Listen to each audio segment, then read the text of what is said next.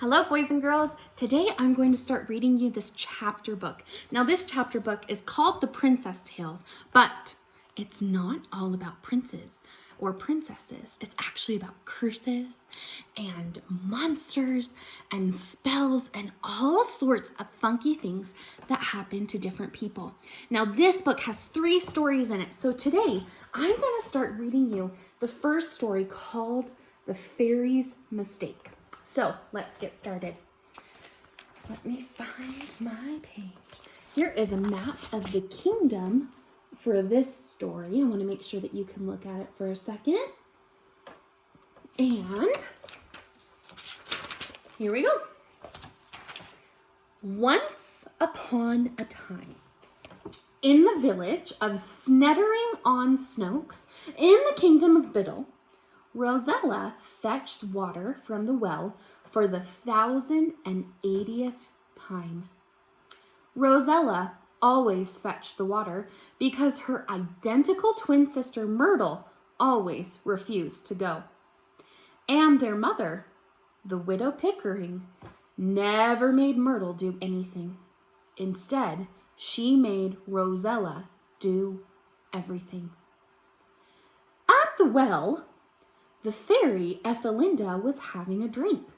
When she saw Rosella coming, she changed herself into an old lady.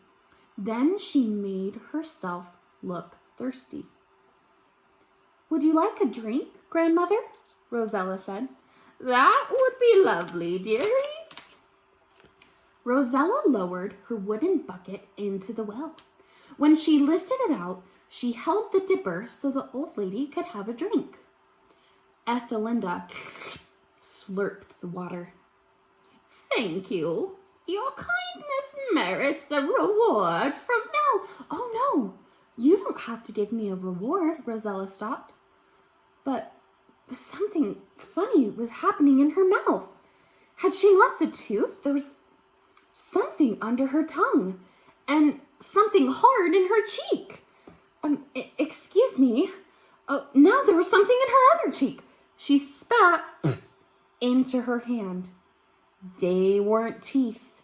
She was holding a diamond and 2 rubies. "There, dearie. Isn't that nice?" So there's Rosella. She spit into her hand and she had diamonds and rubies in her hand. "What took you so long?" Myrtle said when Rosella got home. "Your sister almost perished from thirst, you lazy bones," their mother said. "Well, I gave a drink to..." Something was in Rosella's mouth again. It was between her lip and her front tooth this time. "Well, I gave a drink to an old lady." Pop, pop. An emerald and another diamond fell out of her mouth onto the floor. "It was more important than..." "What's that?" Myrtle said. "What's that?" her mother said. They both dove to the ground for the jewels, but Myrtle got there first. "Rosella, darling," the window said, "sit down, make yourself comfortable, and tell us everything about it. Don't leave anything out." There wasn't much to tell, only enough to cover the bottom of a teacup with gems. "Which way did the lady go?" Myrtle asked. Rosella was puzzled. She didn't go anywhere. Another diamond dropped into the cup. Myrtle grabbed the bucket and ran out the door. When she saw Myrtle in the distance, Ethelinda thought Rosella had come back. After all, they were twins. Only this time, Rosella didn't look the same. She was tripping down the path. She didn't smell the flowers, and she was hurtling head down, arms swinging, bucket flying. No, no, no. This was not Rosella. This was Myrtle. Ethelinda changed herself from an old lady into a knight. "Where did the old lady go?" Myrtle said when she reached the well. "I haven't seen anyone. I've been alone, hoping some kind person would come by and give me a drink. I can't do it with all of this armor on." "What's in it for me if I do it?" Myrtle said. The fairy tilted her head. Her armor clinked.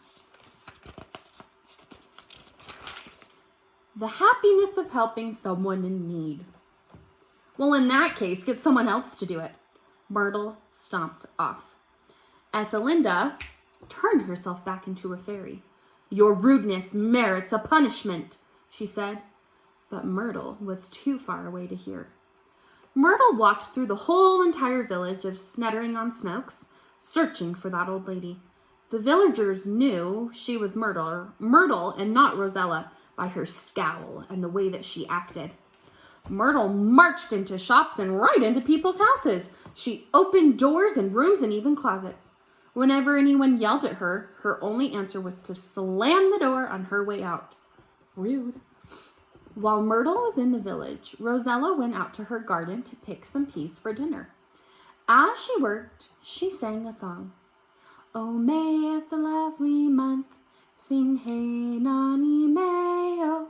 Oh, June is the flower month. Sing hey, nonny, June, oh. She sang on and on about every month. And while she sang, gems popped out of her mouth. It still felt funny, but she was getting used to it. Except, once, she popped a snack into her mouth, and as she sang, she almost broke a tooth on a ruby. Rosella had a very sweet singing voice, and Prince Harold, who happened to be riding by, wasn't very musical. He wouldn't have stopped, except he spotted something sparkling on Rosella's lip. He watched it fall down into the vegetables. Prince Harold tied up his horse at the Widow Pickering's picket fence. Rosella didn't see him, and she went on singing. Oh, November is the harvest month. Sing hey, nonny, November, oh. Oh, December is the last month. Sing hey.